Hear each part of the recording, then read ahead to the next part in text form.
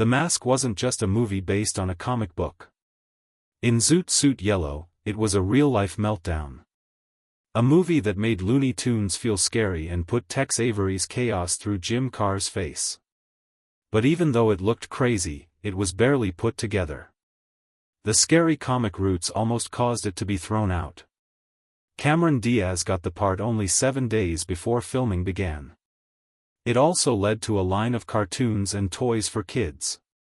Here are 20 strange things about The Mask. And in the middle of all the chaos, there was a sequel contest with an appearance that fell apart when Carrey said no. Close your eyes. You can't play this one soft. First, there were no laughs at the beginning. It all began with blood, guns, and a mask that made people kill. Mask books weren't made for kids or even teens in the beginning. These were very violent and very dark horror stories from Dark Horse. In them, anyone who wore the mask turned into an uncontrollable psychopath. That tone was used in early drafts of the movie. In one version, there were zombie teens and a scary death straight out of Evil Dead. But when Chuck Russell became the director, he saw something different. Not just chaos, but madness. He got rid of the slasher part and started over with the story as a love letter to Tex Avery cartoons. They were no longer there. Eyes popped out of heads and tongues rolled across the floor as they came in. A green-faced con artist who spins through real life like a live Looney Tunes show. It wasn't just a change in tone. It went from being a midnight scary movie to a Saturday morning fever dream. It worked in some way. Are you on the list?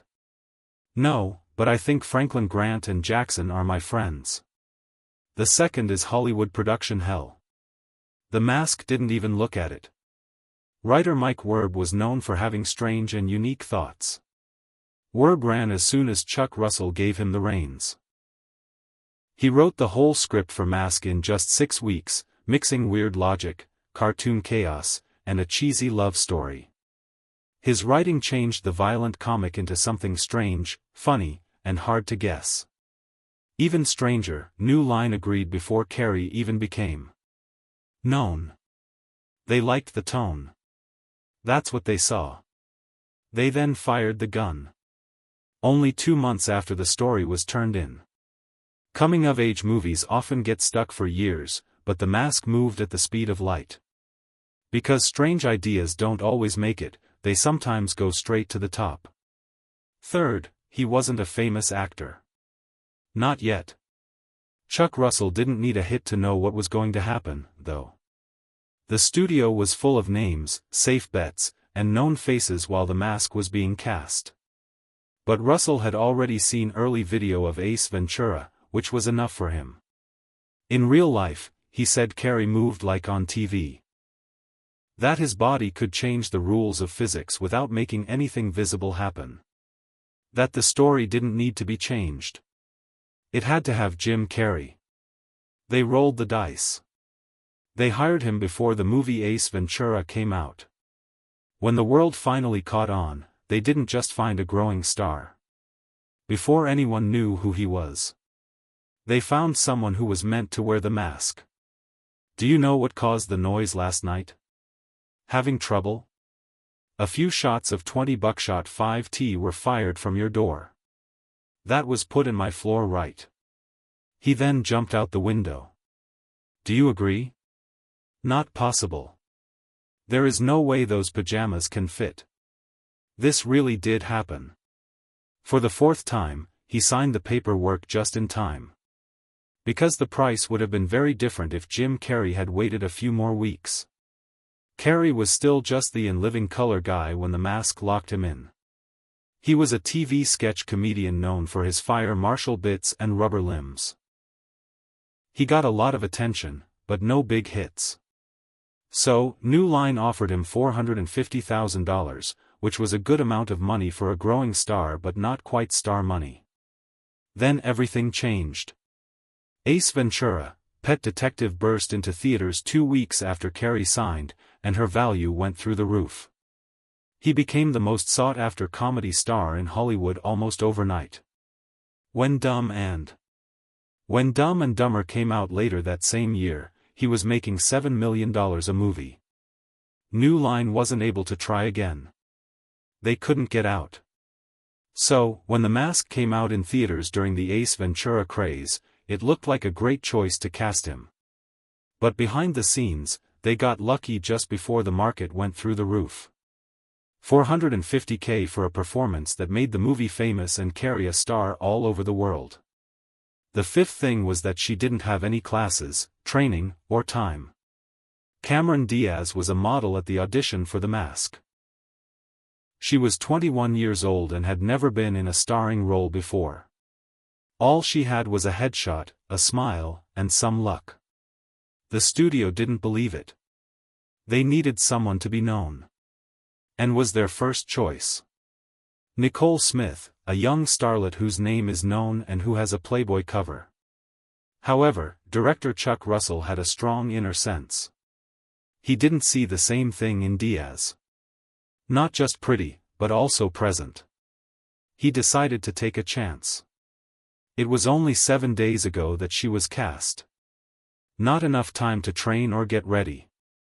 It was one of the biggest comedic parts of the year, and she played it opposite Jim Carrey at the height of his chaos.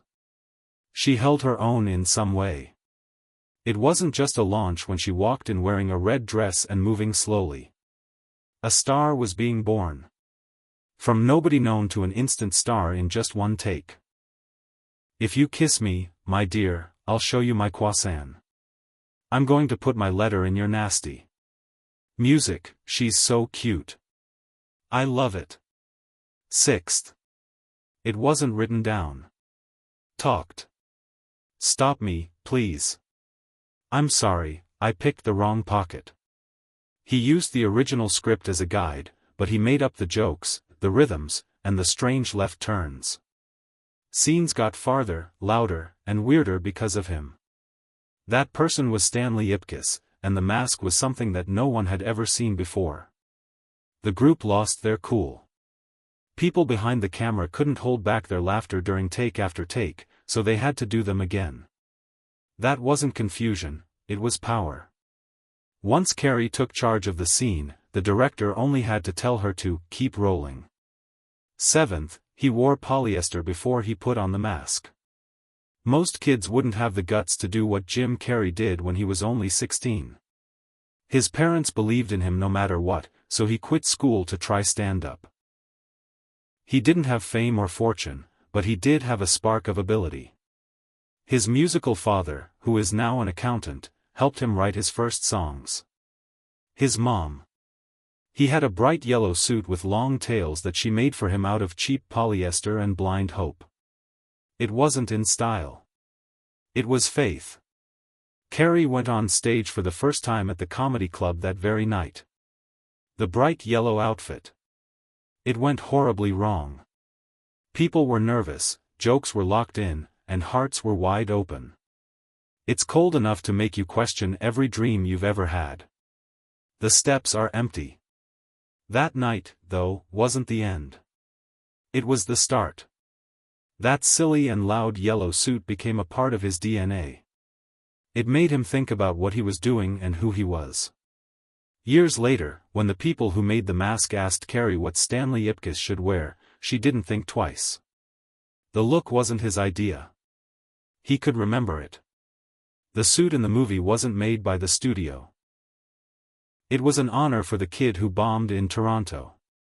People who believed anyway, and the suit that said, "Go big or go home." People in the crowd laughed this time. In the 8th place, the visual effects team had a plan. They knew every joke, eye pop, and head spin until they saw Jim Carrey move. Animators couldn't draw his eyebrows higher or his mouth bigger than the software could. He could also twist his back like a spring. ILM's team quickly saw that they didn't need to improve him. He was too fast for them to keep up. In an instant, whole scenes were changed so that they used fewer effects and more Carrey. This led to $1 million savings. And a show that looked better. No amount of CGI could beat the human cartoon that was already on set. It was more real than anything computer could make it. Music, that food is very hot. 9. The green face was just the beginning. Jim Carrey had to sit still for 4 hours every day while artists put rubber, glue, and color on his skin. But his mouth was where the hardest part was. Large teeth, like those comic chompers, weren't made for talking. They were only meant to be used for quiet laughs and as a visual joke. But Carrey had something else in mind. He began to work out with them on. At first, he slurred all of his words. Not able to say anything clearly. But he kept going. He stretched out sentences, twisted his voice, and shaped words around the plastic, but it still worked. He wasn't just mumbling. They were a part of the show because of him. The lisp, the push, and that crazy, crooked smile. All of them were choices. Keep the prop in and make it sing. That's how he turned a cheap joke into an identity. Number 10. The writing isn't always the hardest thing to get through. Behind the camera, the group is going crazy. There was so much laughter on the set during one of Carr's most over-the-top mask moments. Boom. The operators dropped the mics. Shots are lost when the camera shakes. One take, even the director got up and walked away. It wasn't a plot to harm. I had to stay alive. No one could keep it together long enough to finish the scene. It took 25 takes to film just one joke. Because even the pros fell apart when Jim Carrey went full-on cartoon. I'm going to show you. Mr. Expert, just relax and enjoy the ride. Mr. Rip, you don't scare me. Feel free to go ahead. Music, I get it. You said Loki was a god of the night. It could only work at night. Number 11. Think about loving your next job after working on the biggest movie of all time. Even more. The famous effects house ILM, which made Jurassic Park, had that happen. After changing dinosaurs, they moved on to a crazy person in a yellow suit with a green face. And for many of them, it was pure happiness. There are no rules or science, just chaos. Tex Avery's logic and Looney Tunes crazy. They weren't animating a T-Rex that was after a Jeep. They stretched out eyes, popped hearts out of chests, and turned Jim Carrey into a storm of light and rubber. It was said straight out by an artist. Jurassic Park was a big step forward. But The Mask was the most fun I've ever had because they weren't trying to sound real. They were looking for laughs. 13.